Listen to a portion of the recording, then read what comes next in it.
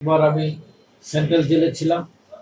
তো সেন্ট্রাল জেলে দুপুরে বিকেলে ভাতটাত খেয়ে আসর নামাজ পড়ার পরে মাগরিবের আখ্যানটা বললো যে আপনাকে নাজিমুদ্দিন আপনাকে ট্রান্সফার করা হলো কোথায়, হাই সিকিউরিটি। রাত্রি 10টার সময় হাই সিকিউরিটিতে গেলাম।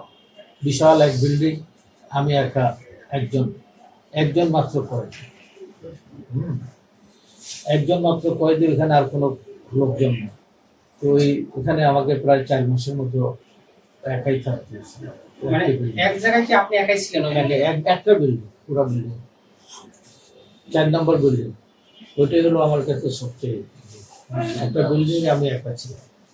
ওরা হাই সিকিউরিটি, এখানে ওরা মনে করছে যে আমি তাদের জন্য বিপজ্জনক, ওই জন্য হাই সিকিউরিটিতে নেয়। তো সবচেয়ে মানে সরকারের জন্য যারা সবচেয়ে বিপজ্জনক ব্যক্তি তারাই ওই হাই সিকিউরিটি। আমি আসার 2 দিন আগে সেখানে আবার অনুপ চেটিয়াকে নিয়ে আসছি। অনুপ চেটিয়া ওই হাই সিকিউরিটি, রাজশাহী জেল থেকে হাই সিকিউরিটিতে আনছে অনুপ চেটিয়াকে।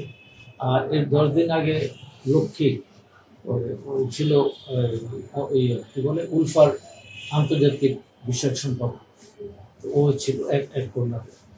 কারাগারে আসলে কেমন পরিবেশ ছিল মানে আপনাদের? কারাগারের পরিবেশ তো কারাগার।